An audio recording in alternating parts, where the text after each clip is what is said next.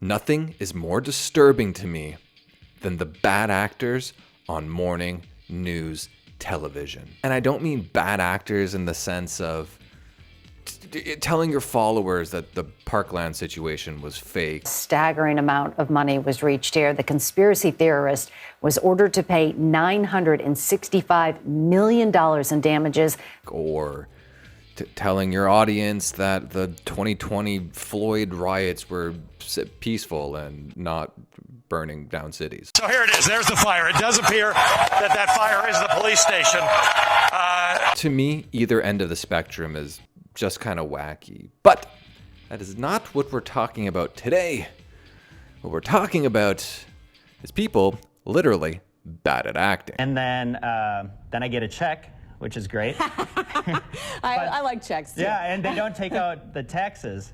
So right away, they do eventually. Have you ever seen a morning news program? I never understood who were they designed for. I mean, like, it's so phony and fake. It's honestly infuriating. Hi, Charlene. What are we looking at today with the traffic? Okay, why don't we move back on to who gives a turkey? Hey, Charlene, are you a little hungover from Thanksgiving? Do you get it? It's a term that adults use, but we're saying it at 6 a.m. Hey, Charlene, have you seen my AR-15? I need to run up into a public school. Nobody is that happy at 6 a.m. Stop lying to me. Just be yourself. It really bothers me to my core.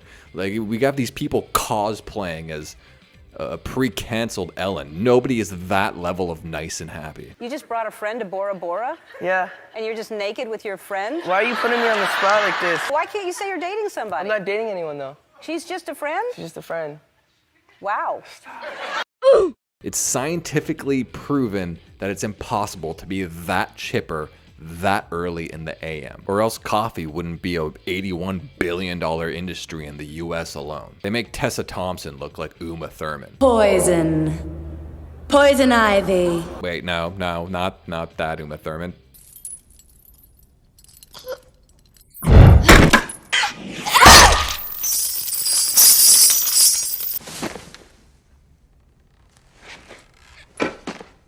Better. So whenever somebody manages to get on the news and just completely troll them, which happens more often than you would think, it really tickles me to my core. Nothing warms up this cold, dead heart of mine than seeing dumb news anchors played the fool. I was doom scrolling on YouTube Shorts the other day. Not that I'm shilling for the platform you're currently watching this on. I just don't want to sell all my information to the Chinese government and jump on the TikTok bandwagon. Okay, different topic. And I came across this interview on Tucker Carlson. So, this is a sham. Your company isn't real. Your website is fake. The claims you have made are lies. Now, I know this doesn't qualify as morning news. Sure, I agree with you there.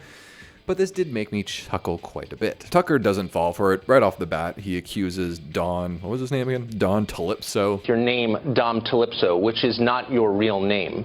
It's a fake name. Well, we ran you through law enforcement level background checks, and that name does not exist. So let's start out with the truth. Tell me what your real name is.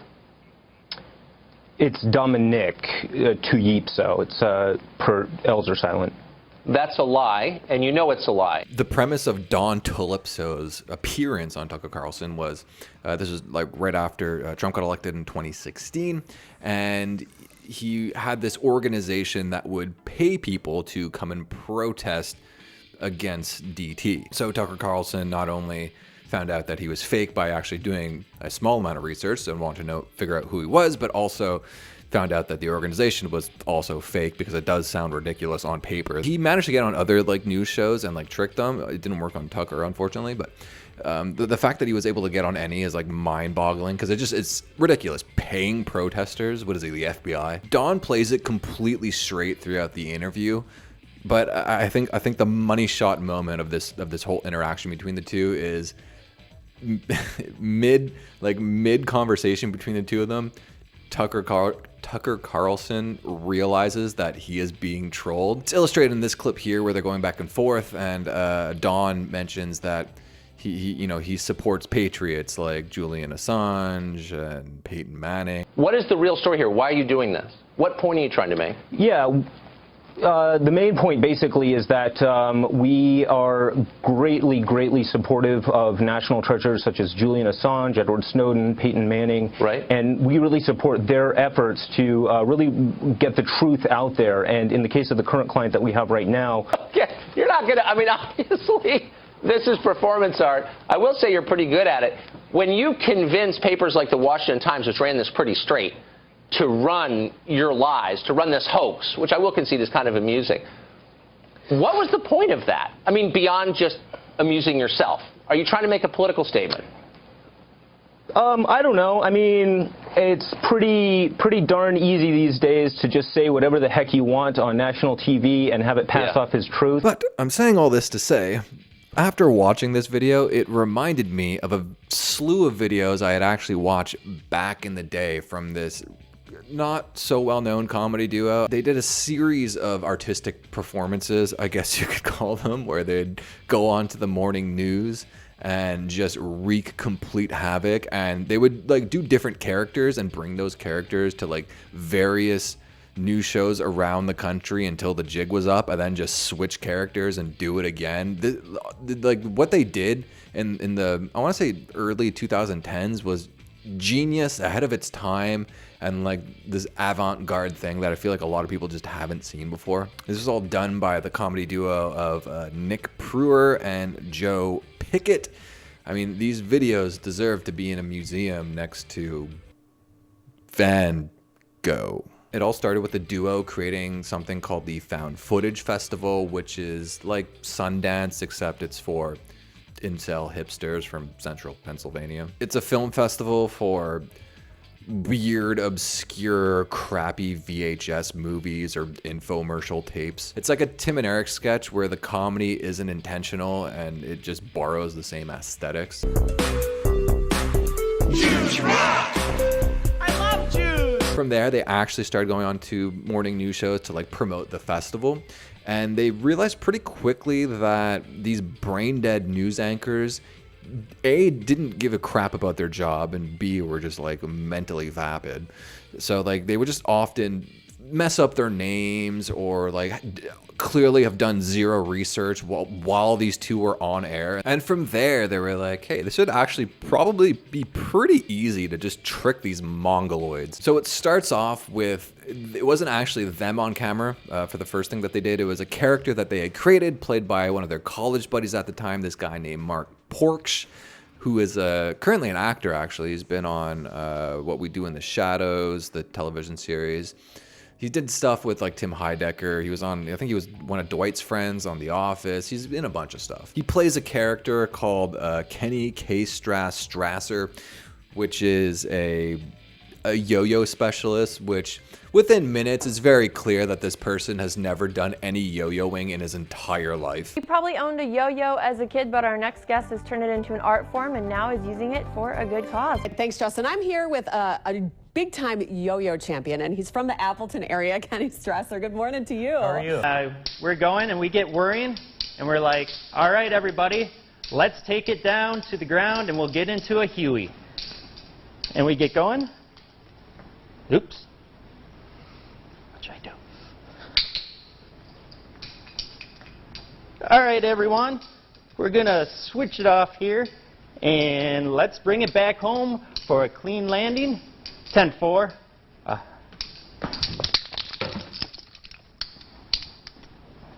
should I do? You okay? Yeah, I got very dizzy. Okay.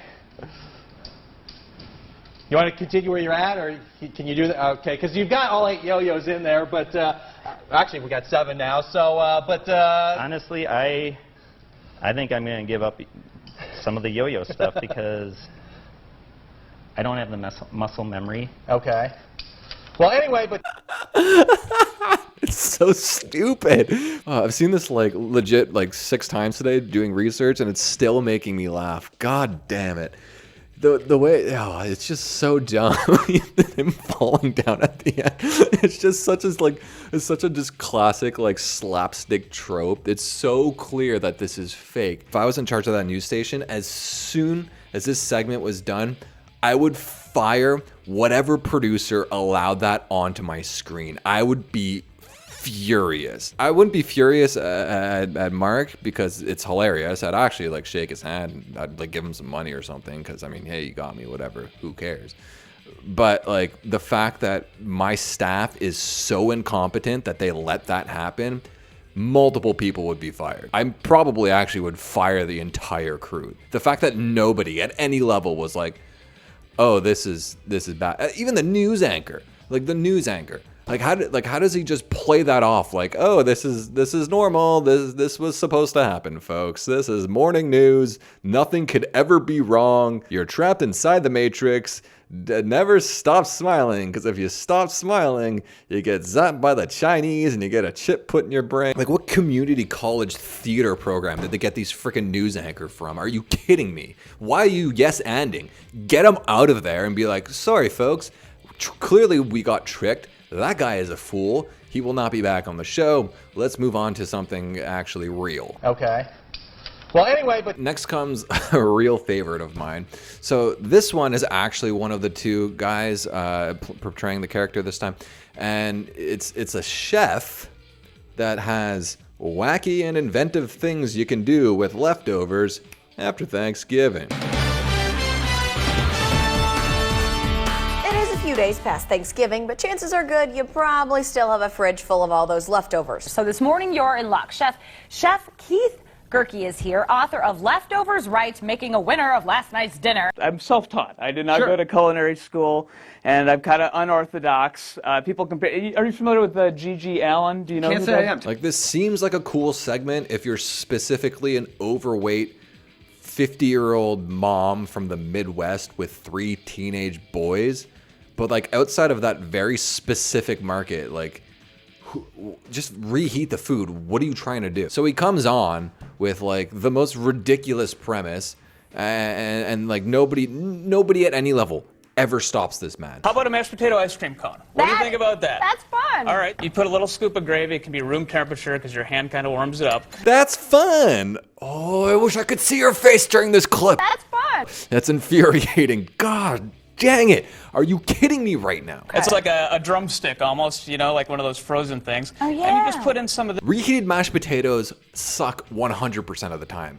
Putting them in an ice cream cone and then dumping gravy on it like it's hot chocolate sauce on top of ice cream is not like this cool inventive thing, but she has to play it off because she's on Xanax right now and can't feel anything. Is that who this programming is for? The opioid crisis? This segment is brought to you by Pfizer. I heard Pfizer's going to start giving out free 30 bars with every booster you get. Especially between Thanksgiving and Christmas, one of the highest rates, and I think part of that is because of the stress of what are you going to do with these leftovers. This is not vegetarian. I recently went vegetarian, so some of the recipes in here aren't vegetarian. It's fine. Okay. For me, it's like part health reasons, but then also you read things like the average person eats like 1.5 pounds of feces a year. Yeah, that's really No, strange. thank you.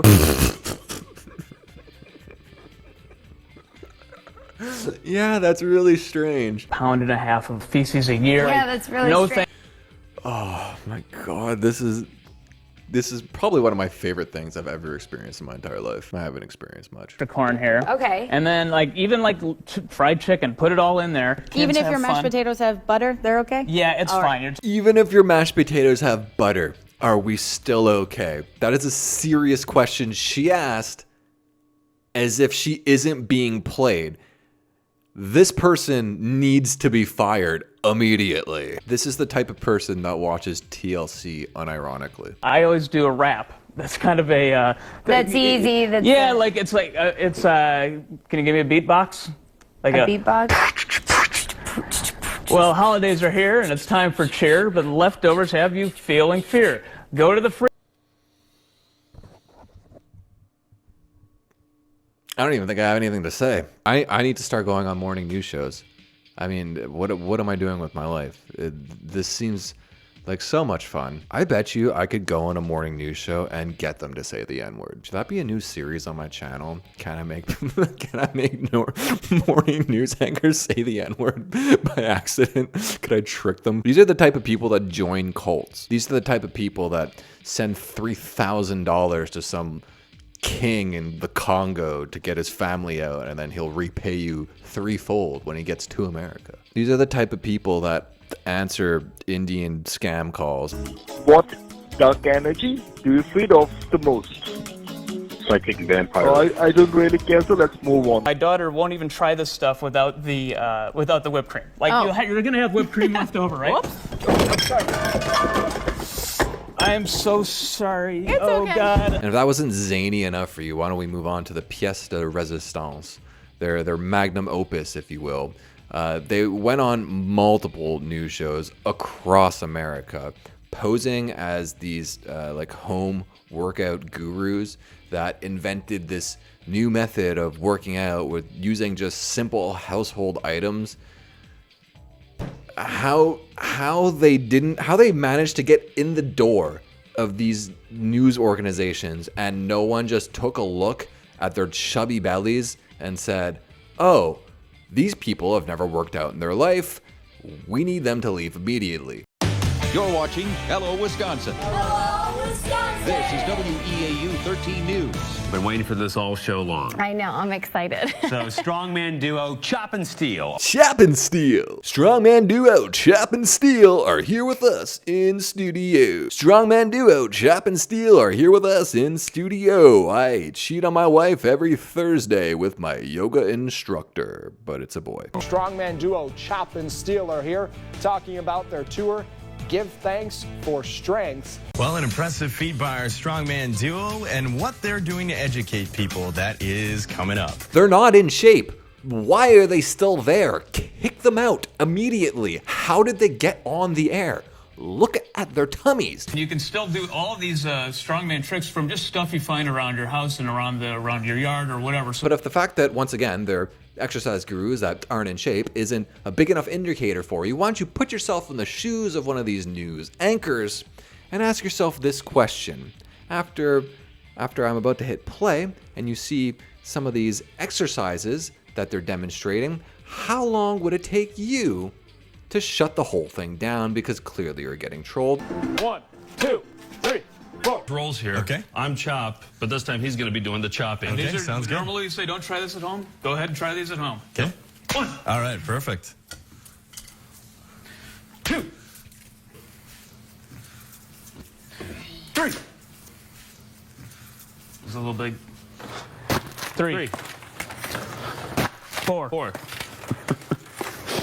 5. When these workout gurus enter your premises with wicker baskets, how is that not a red flag for you right there? Wicker baskets were invented for children to collect chocolate eggs or to hold potpourri. Or what's that stuff? Cornucopia? No, that stuff too. What is this, 1784? No one uses wicker baskets for anything other than like festivities. Nobody has wicker baskets just lying around their house unless if you're a psychopath or Amish. Why don't you lift up your shirt in the back here? Oh. He's built up quite a callus out here, so we just go 1, 2, 8, 9, 22, 23. 24. You can see that while he's flexing there, that if you do this at home, it's working it's your delts, your tris, your plaps, it's all the major chest muscle groups. Just basic turbo gravy that you would have in your house. There you go. Especially after. And I can do double duty with this one. There you go. Yeah. Go up high. Yep. Sorry. Yikes. Sorry, it's all right. We got it. In Allentown, you can go to their website for more information. The show on Monday, that one probably isn't, what's on the website probably isn't going to be where it's actually going to be. Okay. A lot of the times we will play. It's a secret. No. If we don't play that, then we usually play like a Home Depot parking lot. There you go. Or a Best Buy parking lot. There was a news organization, I don't remember which one, but one of the news organizations that they went on as Chop and Steel ended up suing them over this. Apparently they sued them for being bad at their freaking jobs. It's ridiculous that that's something like that is completely on you, and the fact that you would even try to attempt to sue the person that did that to you, it's just showing you flaws in your system. Obviously the lawsuit was frivolous and they did like a crowdfunding campaign and everything for it, so like honestly I don't think they actually ended up even having to pay anything in the lawsuit, or it was very minimal. They did like a Vice interview where they talked about the whole lawsuit situation. They released this statement saying in part that because in the settlement, Nick and Joe agreed not to prank Gray again, Gray had accomplished its goals in the lawsuit. To spin this as them coming out victoriously and getting what they wanted is ridiculous. The amount that they got back from us for how much they paid their lawyers, I would say maybe they got 1% back. And that's people getting tricked on the news. If you know anyone that got tricked on the news, drop a link in the comment. I actually would really enjoy checking those out if you know any that I didn't mention here.